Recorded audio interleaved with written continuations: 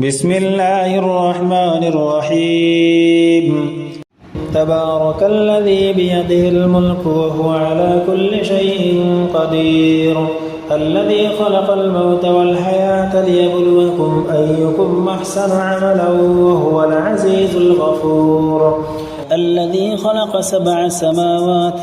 طباقا ما ترى في خلق الرحمن من تفاوت فارجع البصر هل ترى من فطور ثم ارجع البصر كرتين ينقلب إليك البصر خاسئا وهو حسير ولقد زينا السماء الدنيا بمصابيح وجعلناها رجوما للشياطين وأعتدنا لهم عذاب السعير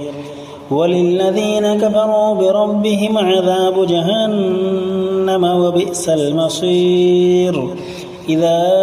ألقوا فيها سمعوا لها شهيقا وهي تفور تكاد تميز من الغيظ كلما ألقي فيها فوج سألهم خزنتها ألم يأتكم نذير قالوا بلى قد جاءنا نذير فكذبنا وقلنا ما نزل الله من شيء إن أنتم إلا في ضلال كبير وقالوا لو كنا نسمع أو نعقل ما كنا في أصحاب السعير فاعترفوا بذنبهم فسحقا لأصحاب السعير إن الذين يخشون ربهم بالغيب لهم مغفرة وأجر كبير وأسروا قولكم أو اجهروا به إنه عليم بذات الصدور ألا يعلم من خلق وهو اللطيف الخبير هو الذي جعل لكم الأرض ذلولا فامشوا في مناكبها وكلوا من رزقه وإليه النشور أمنتم من في السماء أن يخسف بكم الأرض فإذا هي تمور أم أمنتم من في السماء أن يرسل عليكم حاصبا فستعلمون كيف نذير ولقد كذب الذين من قبلهم فكيف كان نكير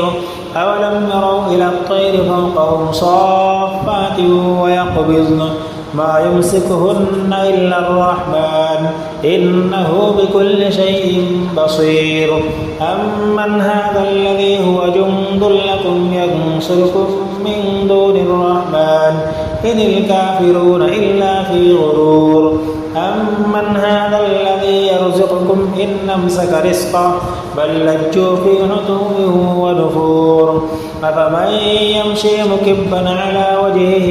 أهدى أمن يمشي سويا على صراط مستقيم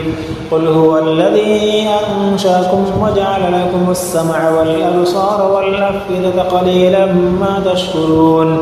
قل هو الذي ذراكم في الأرض وإليه تحشرون ويقولون متى هذا الوعد إن كنتم صادقين قل إنما العلم عند الله وإنما أنا نذير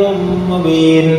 فلما رأوه زلفة سيئت وجوه الذين كفروا وقيل هذا الذي كنتم به تدعون قل أرأيتم إن أهلكني الله ومن معي أو رحمنا فمن يجير الكافرين من عذاب أليم قل هو الرحمن آمنا به وعليه توكلنا فستعلمون من هو في ضلال مبين قل أرأيتم إن أصبح ماؤكم غورا فمن يأتيكم بماء